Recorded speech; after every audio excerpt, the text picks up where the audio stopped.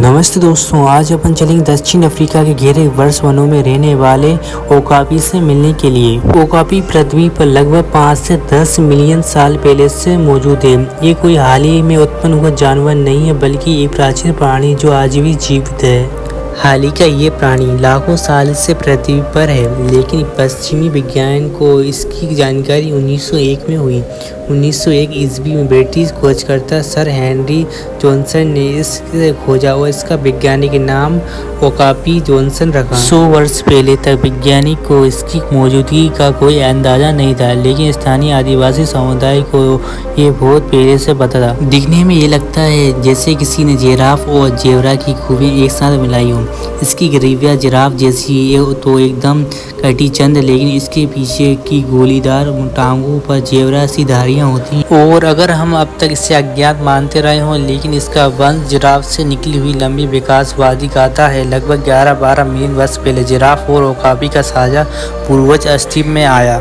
उसके बाद विकास क्रम में एक शाखा ओकापी की ओर विकसित हुई, जिससे ये घने गुफादार वन में अपना घर आसानी से बना सके। मुख्य रूप से democratic Republic of Congo DRC के गहन वर्ष वनों में पाया जाता है।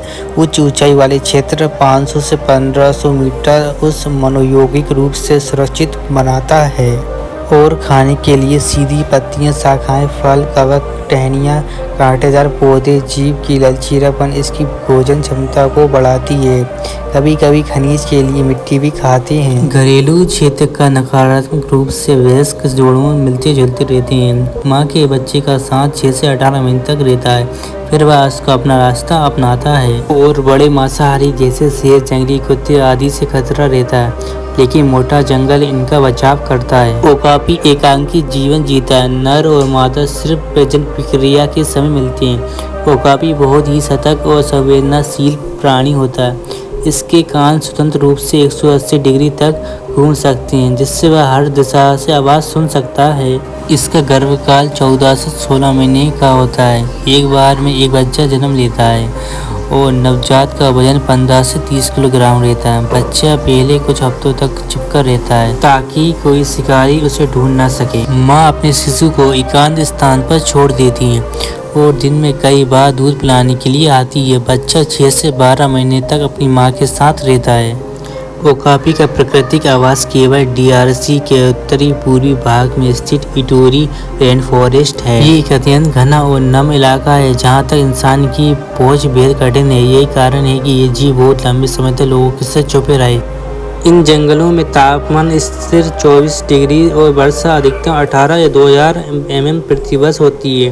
ओकापी ऐसे क्षेत्रों को पसंद करता है जहां उसे छिपने के लिए पर्याप्त झाड़ियां, पत्ते और वनस्पति मिलते हैं। ओकापी की स्थिति आज गंभीर संकटग्रस्त है।